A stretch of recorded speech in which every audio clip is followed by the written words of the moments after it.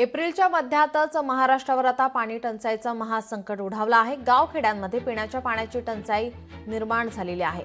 विहिरींनी तळ गाठल्याने पाण्यासाठी अनेक कोस पायपीट करण्याची वेळ आता त्यांच्यावर आलेली आहे। त्यांची तहान भागवण्यासाठी टँकर्सद्वारे पाणी पुरवठा केला जातोय। सध्या 16 जिल्ह्यांमधील 358 गावं, 1026 वाडी वस्त्यांना 478 टँकर्सद्वारे पाणी पुरवठा केला जातोय।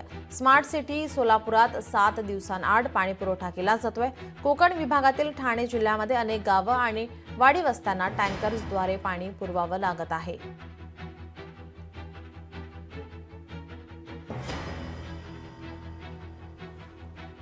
बाष्पीभवन एवढं झालं। आता परवा दिवशी नागपूरला 44.7 म्हणजे 45 डिग्री सेल्सिअस, म्हणजे मला वाटतं हे देशातलं जगातलं, आम्ही यापूर्वी कधी कधी त्या गल्फ कंट्रीमध्ये आम्ही 40 मिनिटं घाबरून जात नव्हतो, आता आपल्याकडे 40 सर्रास झालं। फार मोठी परिस्थिती आहे। मला वाटतं या धरणावर मला वाटतं मी मुख्यमंत्र्यांना सांगणार आहे की आपल्याला सोलरवरती बसून काय करता येईल काय, म्हणजे बाष्पीभवन कमी होईल आणि वीज उत्पन्न होईल, अशी काहीतरी टेक्नॉलॉजी काढली पाहिजे। कारण बाष्पीभवन एवढं झालं की पाणी रोजच्या खर्चापेक्षा बाष्पीभवनचा जास्त पाण्याचा साठा कमी व्हायला लागलेला आहे। ही खरोखरच चिंताजनक बाब आहे। यावर सरकारला तात्काळ म्हणजे विचार करण्याची आवश्यकता आहे। याबद्दल येणाऱ्या मंत्रिमंडळ बैठकीपुढे हा विषय मी नक्की मांडेन। जल जीवन योजनेमध्ये मोठ्या प्रमाणावर भ्रष्टाचार झालाय। एका गावामध्ये 2-2, 4-4, 5-5 योजना या दरम्यानच्या काळात तयार झाल्या आणि एका योजनेला पाणी नाही।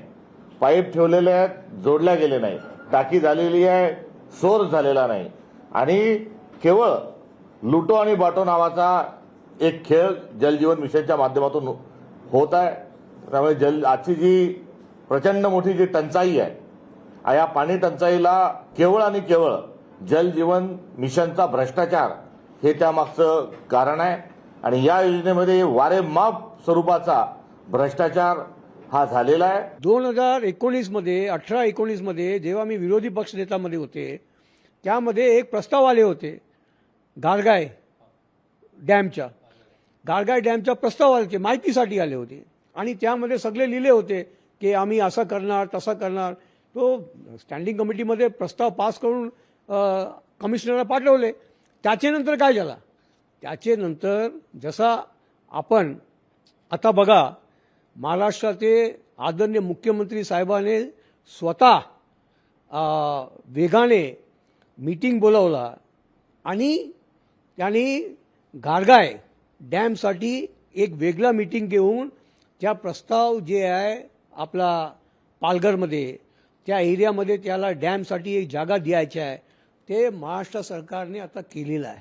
प्रचंड पाण्याची टंचाई जाणवते महाराष्ट्रात सुद्धा असावी असं मला वाटतं। त्याचं कारण सरळ आहे, ज्या पद्धतीने उन्हाचा तडाखा वाढलेला आहे त्यामुळे अर्थातच पाण्याचं कन्झम्पशन मानसिक म्हणजे लोकसुद्धा करत आहेत आणि तलावांनी इतर ठिकाणी असलेलं पाणी जे आहे त्याचं बाष्पीभवनसुद्धा होत आहे। पण त्याच वेळेला जे आहे अनेक जे आमचे जे आहेत शेतकरी आहेत, मी त्यांना विरोध करत नाही, परंतु आपल्याकडे किती पाणी आहे हे पाहून पिकाची लागवड करायला पाहिजे आणि मग प्यायला पाणी हे प्रथम हे ठरलेलं आहे आपलं, त्याच्यावर तडजोड नाही, बाकी सगळं नंतर। पाणी प्यायला पाणी देऊन लोकांना वाचवा हा महत्त्वाचा मुद्दा।